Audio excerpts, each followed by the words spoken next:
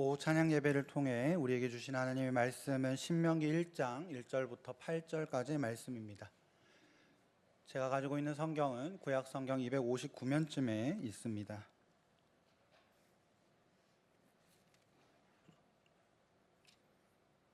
신명기 1장 1절부터 8절 다 찾으셨으면 서로 교독하고 마지막 절 8절은 같이 읽도록 하겠습니다. 이는 모세가 요단 저쪽 숲 맞은편에 아라바 광야 곧 바란과 도벨과 라반과 하세롯과 디사합 사이에서 이스라엘 무리에게 선포한 말씀이니라. 호렙산에서 세일산을 지나 가데스 바네아까지 10하루 길이었더라. 40째 해 11째 달 그 달 첫째 날에 모세가 이스라엘 자손에게 여호와께서 그들을 위하여 자기에게 주신 명령을 다 알렸으나 그때는 모세가 헬스본에 거주하는 아모리 왕 시온을 쳐 죽이고 에드레이에서 아스타롯에 거주하는 바산 왕 옥을 쳐 죽인 후라.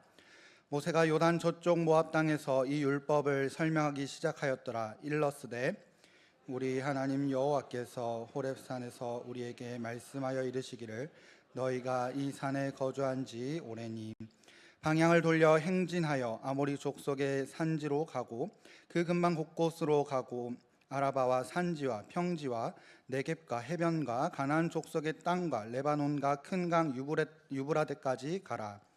내가 너희의 조상 아브라함과 이삭과 야곱에게 맹세하여 그들과 그들의 후손에게 주리라 한 땅을 너희 앞에 있으니 들어가서 그 땅을 차지할지니라. 아멘. 2026년도 천호교회 표어가 무엇입니까? 다 알고 있는 것처럼 세대를 잇는 사랑, 함께 걸으며 복음을 선포하는 교회입니다. 흔히 우리는 이렇게 생각합니다. 신앙은 자연스럽게 다음 세대에 이어질 거다라고 생각을 합니다. 무슨 말이냐 하면 자녀들과 함께 교회에 와서 내 자녀는 부서 예배로 그리고 나는 대예배로 들어가 예배를 드리면 된다라고 생각한다는 겁니다. 가정에서 신앙교육이 어려워 어쩔 수 없이 주일학교를 의지하고 있는 부모들의 마음은 어쩔 수 없다 하더라도 우리 자녀들이 부서에서 예배드리면 교육이 된다라고 생각하고 놓치고 있는 부분들이 있다는 겁니다. 우리 천호교회를 예를 들면 11시에 부서 예배를 드리고 12시 10분쯤에 만납니다. 그리고 식당으로 내려가서 밥을 먹고 오후 예배에 참석하거나 혹은 집에 가야 될 일정이 있어 가거나 그 이후로 이제 집에서 성경 이야기를 아무것도 안 하고 하루를 보내고 그리고 한 주를 보내고 그 다음 주일날 와서 또 11시 되면 약속했다는 듯이 화이팅 하고 갈라진다는 겁니다. 이렇게 하다 보면 우리 아이들은 주일학교를 통해서 신앙이 세워질 거라고는 생각을 합니다만 제가 아무리 사역을 열심히 해봐도 일주일 중 70분을 교회에서 가르치고 근데 세상 교육은 70시간을 가르칩니다. 그래서 이걸 따라갈 수가 없다라고 항상 느낍니다. 아무리 제가 발버둥을 친다 할지라도 이 절대적인 시간은 안 되더라고요. 그래서 자녀들이 부모의 섬김의 모습을 보았으면 하는 마음도 혹 있고 혹은 주일을 교회에서 예배 드리는 날이다라고 정해서 그 주일을 온전히 보내려고도 노력을 합니다만 안타깝게도 우리 자녀들이 그 정도 수준이 되지 못해서 부모의 열심이나 혹은 그 하나님에 대한 사랑을 배우지는 못합니다. 근데 성경은 분명하게 이야기하는데 무엇을 이야기하냐 하면 이것은 저절로 이어지지 않는다는 겁니다. 이스라엘 백성들은 출애굽을 했고 그리고 이 출애굽했던 백성들은 그 10가지 재앙 이집트 땅에 있는 그 순간에 그 무엇도 하지 않았습니다. 딱 하나를 했는데 그것은 어린 양의 피를 문설주에 바르는 일을 했습니다. 아주 자연스럽고 아무것도 하지 않아도 하나님께서 다 역사하셨고 다 해결하셨습니다. 그런데 가나안 입성만큼은 자동으로 되지 않았습니다. 실제로 부모 세대를 보면 넘어졌고 광야 생활을 40년 해야 했습니다. 그렇게 신명기는 광야 1세대가 지난 이후 광야 2세대 백성들이 이제 가나안 땅, 약속의 땅을 밟기 위해 출발하고 있는 지점에서 이야기를 나눈 내용입니다.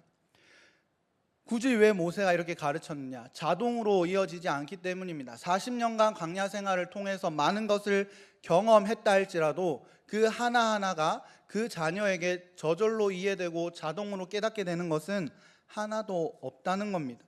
그래서 이 시점에 하나님께서는 모세를 통하여 전략이나 새로운 제도나 아니면 전쟁 방법을 이야기하는 것이 아니라 말씀을 통하여 말씀을 알게 하시고 그 말씀을 통해 세대를 이으라 말씀하십니다.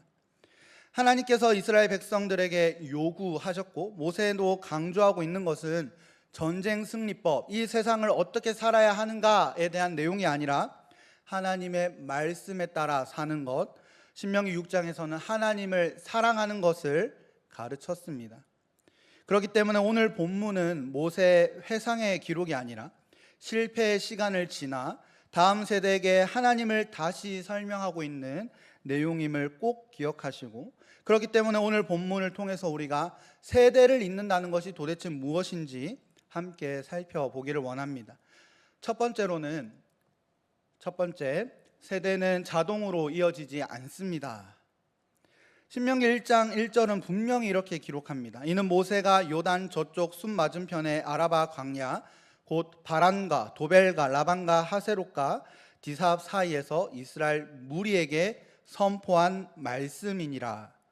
중요한 내용은 이 말씀이 새로운 계시도 아니고 이미 주어진 말씀을 가지고 이야기했다는 겁니다. 그리고 더 중요한 건 장소와 상황입니다. 광야 가운데 요단강을 건너기만 하면 약속의 땅을 밟을 수 있는 그 장소에서 지금 이 말씀들을 선포하고 계십니다.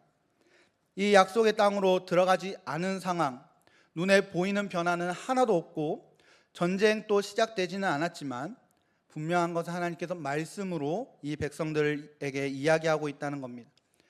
광야에서의 문제는 환경이 아니라 해석이었습니다. 출애굽 1세대가 무너진 것은 하나님의 기적을 못 봐서도 아니었고 말씀이 부족해서나 혹은 율법이 나약해서가 아닙니다. 바로 하나님의 말씀을 자기 입맛대로 해석하려고 했던 실수가 있었습니다.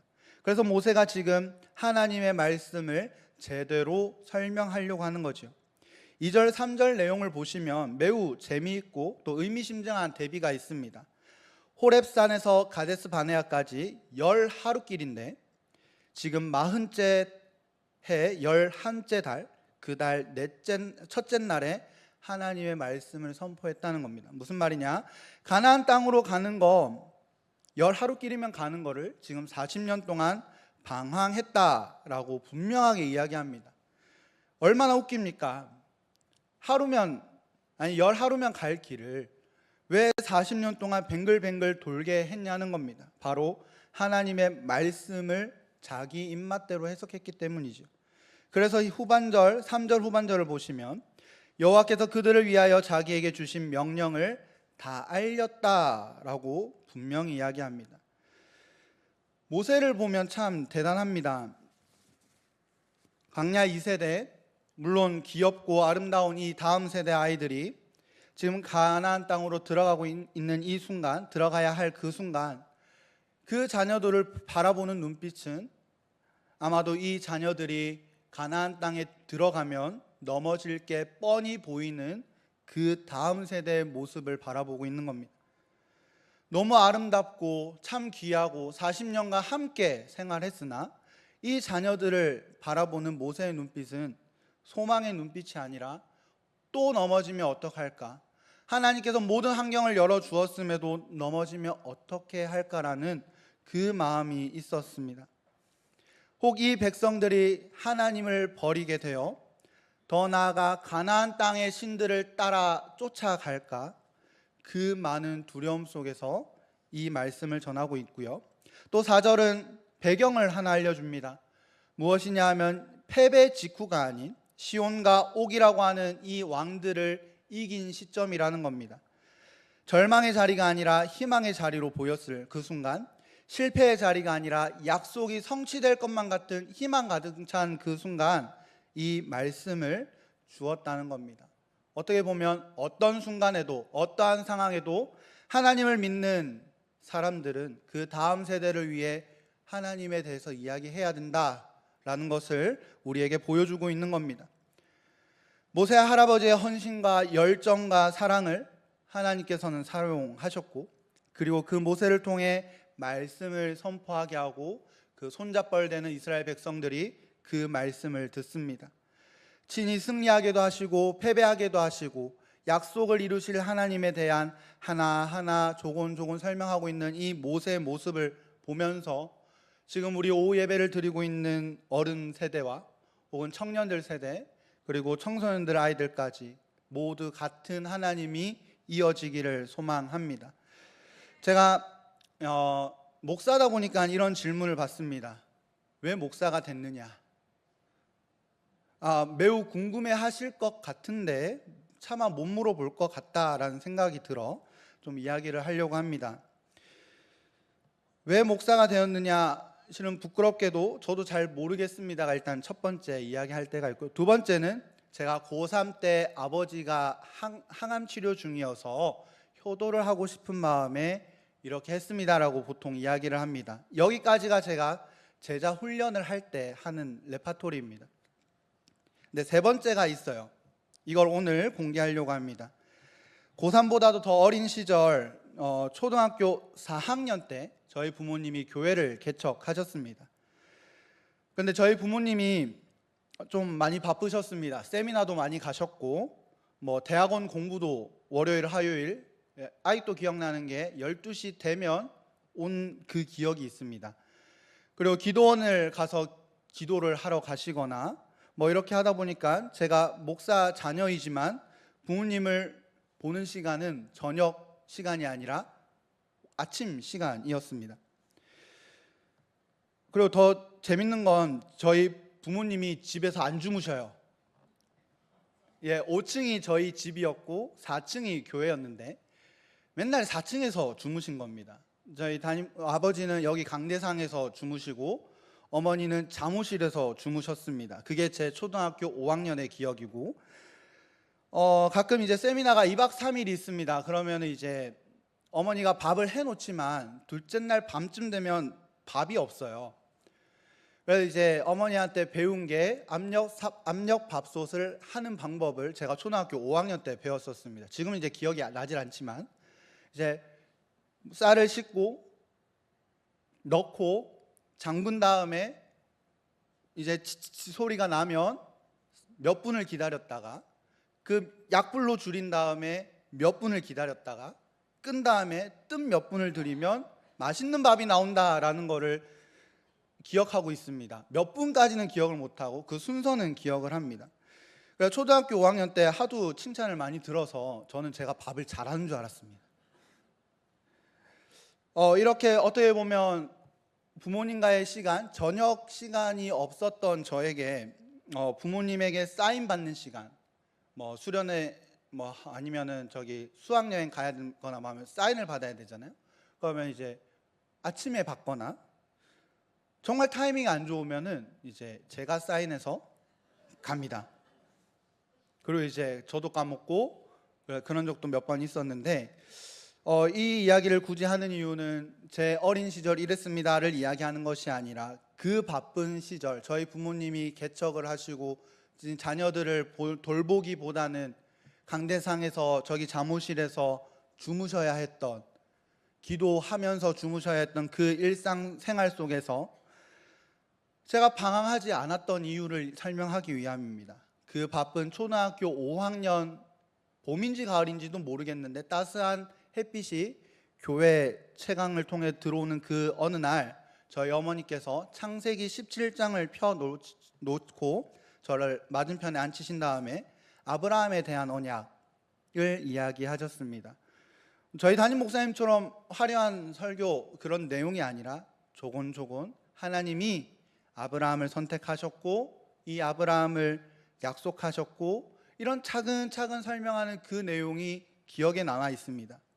그리고 했던 말씀이 이 하나님이 너의 아버지다, 그 한마디에 제가 지금까지도 신앙생활을 하고 있는 겁니다. 그리고 이 신앙을 따라 제가 지금 이 자리에 목사로 서 있는 겁니다.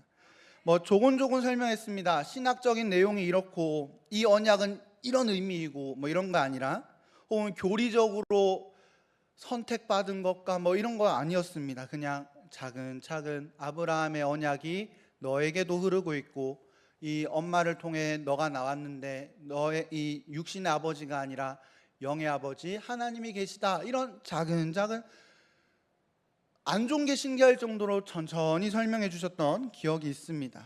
그 말씀이 들어와 자라났고, 그리고 지금 나의 하나님으로 고백하고 있습니다. 저는 지금 또 계신 어머니를 만나면 이 초등학교 시절 왜 내가 5학년 때 압력밥솥으로 밥을 할 줄 알아야 됐어요 막 일하고 따질 때가 있는데, 그때마다 이제 펑펑 같이 울면서 요한아 미안하다, 엄마 미안해 이러면서 맨날 한때 그런 시기도 보낼 만큼 좋은 관계를 보내고 있는데, 결국 말하고자 하는 것은 이 자녀에 대한 말 하나가, 하나님에 대한 내용 하나가 거창하지 않아도 가정 안에서 혹은 차 안에서 그 어디에서 내 하나님을 이야기하고 이 하나님이 너의 하나님이다 라고 이야기를 해야 함을 지금 이야기하려고 저의 개인사를 이야기한 겁니다. 마찬가지로 성도님들 자녀들이 있고 또 이 자녀들이 아닌 손주가 있는 분들도 계시리라 생각합니다. 신앙은 자동으로 계승되지 않습니다. 꼭 기억하길 원하는 것은 이 다음 세대를 위해 하나님에 대해서 이야기해 주시기를 바랍니다. 간절히 소망하기로는 아마 오늘 이미 했거나 아니면 이미 할 예정이리라 믿습니다. 근데 이제 다시 두 번째로 설명할 것이 바로 하나님을 설명하는 것에서 모든 것이 시작된다입니다. 제 간증 이야기했던 것처럼 하나님을 우리는 이야기해야 합니다. 5절을 보시면 이렇게 기록합니다. 모세가 요단 저쪽 모압 땅에서 이 율법을 설명하기 시작하였더라 일러스되. 5절은 신명기 전체의 성격을 규정하는 핵심 구절입니다. 여기서 나오는 설명하다라는 단어는 히브리어 바르에서 시작하는데, 이 단어는 풀어주다, 명확하게 하다, 해석해주다 라는 뜻을 가지고 있습니다.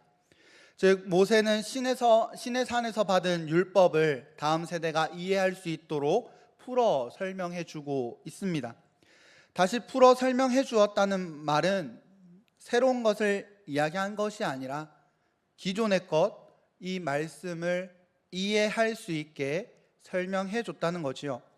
즉 신명기는 세대에 맞춘 해석입니다. 이 지점에서 우리는 세대를 잇는다는 말이 성경적으로 어떤 의미를 가지고 있는지를 볼 수 있는데, 세대를 잇는다는 것은 절대 열심을 전수하는 게 아닙니다. 신앙의 열심을 전수하는 게 아닙니다. 교회 봉사의 양이나 신앙의 형식을 물려주는 것이 아니라 세대를 잇는다는 것은 하나님을 설명하는 겁니다. 부모의 열심이 자녀에게 자동으로 전수되진 않습니다. 설명된 신앙은 자녀들에게 전수됩니다. 하나님이 어떤 분이신지, 왜 우리가 일요일을 주일이라고 부르는지, 그리고 우리가 왜 주일에 교회에 와서 예배를 함께 드리는지, 그리고 왜 부모들은 이 교회에서 봉사를 하고 있는지, 왜 하나님을 신뢰하며 살고 있는지를 풀어주지 않으면 이 자녀들은 부모님의 하나님은 알아도 나의 하나님을 알지 못합니다. 저도 만약에 저희 어머니와의 그 토요일 시간이 없었다고 하면 초등학교 시절 그 개척교회 5층에서 1층까지 물걸레질을 해야 했던 이유를 발견하지 못했을 것이고, 더 나아가 부모에 대한 원망이나 짜증이나 학원을 갔다 오고 사인을 받아야 되는데 부모님이 없어서 울분을 토해하며 내가 또 사인해야 되나라는 그 고민해야 했던 그 하루하루가 이유가 없었으리라 생각합니다. 실제로 직분자들, 이 목사 자녀뿐만 아니라 직분자들의 자녀들에게도 비슷한 아픔이 있습니다. 엄마 어디 갔다 왔어? 하면 항상 교회 갔다 왔지 뭘 물어? 라고 하는 그런 부모님들을 보며 이 직분자들의 자녀들도 왜 엄마는 맨날 교회에 있지? 왜 아빠는 왜 맨날 토요일마다 교회를 가지? 라는 생각을 가지고 산다는 겁니다. 그리고 그 부모들이 하는 그 모든 행동들을 보고 배우려고 하는 것이 아니라 결국 이 자녀들은 교회를 내 부모를 뺏어간 장소로만 기억을 하고 하나님을 내 하나님이 아닌 부모의 하나님도 아닌 내 부모를 뺏어간 하나님으로 기억한다는 겁니다. 그래서 점점 괴리감이 커져가고 어른들이 볼 때 직분자의 자녀들이 왜 저러냐라고 이야기하는 이유도 이런 괴리감이 있기 때문입니다. 결론적으로 이 괴리감을 해결할 수 있는 방법은 딱 하나입니다. 한 스텝 더 나아가서 삶을 나누는 대화, 즉 하나님에 대한 이야기를 해가고 하나님을 믿고 살아간다는 것이 무엇인지를 하나하나 풀어나가면서 이 자녀들에게 내 입술, 어른의 입술로 고백하는 하나님이 아닌 우리 자녀들의 입술로 고백되는 그 하나님을 믿을 수 있게 하는 방법은 딱 하나입니다. 이렇게 하나하나 알려주는 겁니다. 엄마가 왜 교회를 가게 됐는지 알려줄게, 앉아봐. 아빠가 하나님을 영접했던 이야기를 들려줄게 하면서 걸어가도 되고요, 운전 중에 이야기해도 되고요, 자리에 앉아서 이런 이야기해도 됩니다. 왜 하나님을 사랑할 수밖에 없는지 하나하나 설명해주고 하나님을 믿는다는 것이 우리 인생에 어떤 의미가 있는지, 세상과 경쟁하며 살 필요가 없다는 것을 하나하나 알려주어야만 이 자녀들이 딴 길로 빠지지 않습니다. 다음 세대가 다른 것에 눈을 돌리지 않습니다. 이런 하나님에 대한 설명을 해놓지 않는다면 마치 집에 동화책을 사놓았는데, 동화책을 왜 삽니까? 우리 자녀들이 읽을 거라 생각을 하고 사놓는단 말이에요. 근데 막상 자녀들은 부모가 책 사놓은 것도 모르거나 아니면 이 책이 재미가 없어서 안 읽고 있는데, 부모는 책 사줬는데 왜 안 읽고 있니? 라고 자녀들에게 화를 내는 것과 똑같습니다. 이 자녀들이 읽는 습관 하나 없는데 책을 펼칠 만한 마음이 없으면 부모가 같이 앉아서 우리 어린아이에게 책 읽어주듯이 하나하나 같이 읽어가면서 이 아이들에게 글을 읽히고 책 읽게 하는 습관, 공부하게 하는 습관을 알려줘야 이 자녀들이 공부를 하든 책을 읽지 않겠습니까? 마찬가지입니다. 자녀들에게 신앙생활을 하라라고 말하는 건 그냥 책 던져놓는 것과 똑같습니다. 같이 신앙생활을 해야 되고 하나님에 대한 이야기부터 하나하나 다 알려줘야 됩니다. 그래서 앞선 세대는 바쁜 사람들이에요. 자녀들을 품는 것을 넘어서 자녀들에게 알려주기 위해 정말 바쁘게 생각도 해야 되고 이 경험한 것들을 묵상도 해봐야 되고 이 아이들의 눈높이에 맞추려고 노력을 해야 합니다.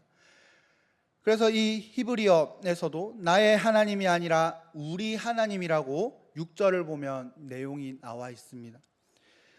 우리 하나님 여호와께서라고 모세가 이야기하고 있는 것처럼 이 자녀에게 하나님을 이야기해주고 이 자녀들의 입술을 통해 나의 하나님, 더 나아가서 우리의 하나님이 될 수 있도록 우리 함께 자녀들에게 하나하나 설명해 줄 수 있는 우리 천호교회 앞선 세대 어른들이 되기를 소망합니다. 즉 내 하나님이 너의 하나님이 되어야 되고, 그리고 너의 하나님, 내 하나님이 우리 하나님이라는 것을 꼭 알려줄 수 있는 그런 부모들이 되기를 소망합니다. 그렇다고 왜 내가 이야기해 주는데 왜 이렇게 못 알아듣니라고 또 할 필요도 없는 것이, 모세도 40년 걸려서 이 이야기를 했습니다. 40년은 봐야 됩니다. 가르치는 걸 40년 정도는 생각하고 알려줘야 먹힙니다. 그럼 우리 앞선 세대들 마음의 준비도 잘 하셔야 되고 가르쳐주는 것도 잘 가르쳐줘야 됩니다. 그럼 왜 우리 하나님에 대한 내용들을 설명을 해야 되는가에 대해서 세 번째로 나눠보겠습니다. 세 번째는 다음 세대가 들어가도록 해야 하기 때문입니다. 모세가 율법을 설명한 목적은 명확합니다. 6절에서 8절을 보시면 딱 한 방향을 이야기하고 있습니다. 우리 하나님 여호와께서 호렙산에서 우리에게 말씀하여 이르시기를 너희가 이 산에 거주한 지 오래니 방향을 돌려 행진하여 아모리 족속의 산지로 가고 그 근방 곳곳으로 가고 아라바와 산지와 평지와 네겝과 해변과 가나안 족속의 땅과 레바논의 큰 땅 유브라데까지 가라. 8절은 같이 읽겠습니다. 시작. 내가 너희의 조상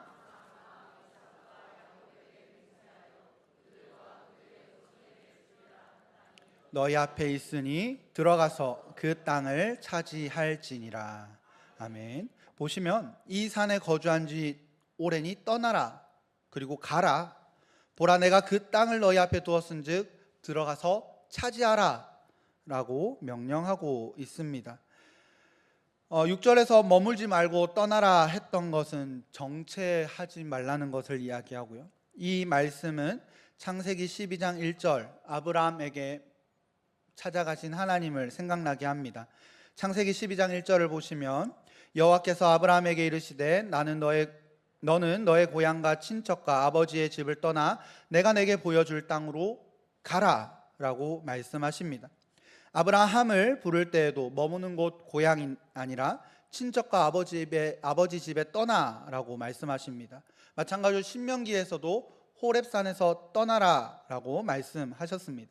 즉 왜 떠나라 하느냐? 바로 믿는 자는 약속을 향해 달려가는 이들이기 때문입니다. 당시 아브라함과 이스라엘 백성들에게 주신 약속의 땅은 가나안 땅이었고, 이제 우리들에게는 하나님의 나라가 약속으로 주어져 있습니다. 즉 지금 머물고 있는 이 곳이 우리의 영원한 곳이 아니라 언제든 떠나갈 수 있고 언제든 하나님 나라로 갈 수 있다는 것을 자녀들에게 이야기하면 이 자녀들이 이제 자신의 신앙을 가지고 자신의 삶을 하나님께 온전히 드리고 살아갈 겁니다. 7절을 보시면 가라 내가 너희에게 주리라 라고 말씀하셨고 이제 나아가라 라고 말씀하십니다. 무슨 말이냐? 살아가라는 겁니다. 순종하라 말씀하시고 믿음으로 나아가라 하시고 이제 광야 생활을 마무리하고 가나안 땅으로 들어가라 말씀하십니다. 8절에서도 주리라 한 땅이라고 이야기하고 있습니다. 개역개정에서는 주리라 한 땅이라고 말씀하고 계시지만 히브리어 원문을 직독직해를 하면 이미 약속의 땅이 너희 앞에 두었다, 약속의 땅이 너희 눈앞에 보인다라고 말씀하십니다. 즉 이제 약속은 과거에 주셨고 결정은 다 끝났습니다. 행하고 나아가면 됩니다. 마찬가지로 우리 자녀들도 알려주고 이 자녀들이 자신의 신앙을 가지고 살아가게 해 주어야 합니다. 그게 바로 우리 부모들이 세대를 잇는다는 것, 신앙을 이 자녀들에게 계승한다는 겁니다. 우리가 언제까지 자녀들을 품어줄 수는 없습니다. 모세도 40년까지가 최대치였습니다. 이제 이 이스라엘 백성들은 이스라엘 백성들의 삶을 따라 나아가야 합니다. 마찬가지로 우리 자녀들도 부모의 품을 떠나 신앙생활을 할 겁니다. 이 아이들의 자녀들의 삶이 어떻게 될지 아무도 모르고 오직 하나님만 알고 계십니다. 하지만 분명한 것은 하나님께서는 이미 모든 걸 준비하셨고 순종하면 들어가게 해주시는 것처럼 우리 자녀들도 순종하게끔 교육하셔야 합니다. 그랬을 때 이 자녀들이 순종하는 삶을 살 때 이 우리의 하나님, 자녀의 하나님이 친히 이 자녀들을 인도해 주실 겁니다. 하나님을 아는 것에서 머무르는 것이 아니라 이 자녀들이 신앙생활을 하고 이 세상을 살아가게 하는 것, 거기까지가 우리 부모가 책임지고 해야 할 신앙계승, 신앙을 잇는다는 겁니다. 설명이 없는 신앙은 정체를 낳지만 설명된 신앙은 순종으로 나아가게 하고 더 나아가서 이 자녀들이 하나님을 바라보게 됩니다. 우리 말씀을 정리합니다. 사랑하는 성도 여러분, 오늘 우리의 가정과 교회에 이 내용들을 꼭 적용했으면 좋겠습니다. 부모는 자녀에게 신앙을 보여주면 된다라고 생각하는 것이 아니라 알려주기를 소망합니다. 왜 하나님, 왜 내가 이렇게 왜라는 것들을 하나하나 알려주시고 그 내용들이 왜 교회를 가는지, 왜 주의를 지키는지, 왜 하나님을 믿고 있는지, 하나님이 왜 나를 이끌고 계시는지 잘 설명해 줄 수 있는 우리들이 되기를 소망합니다.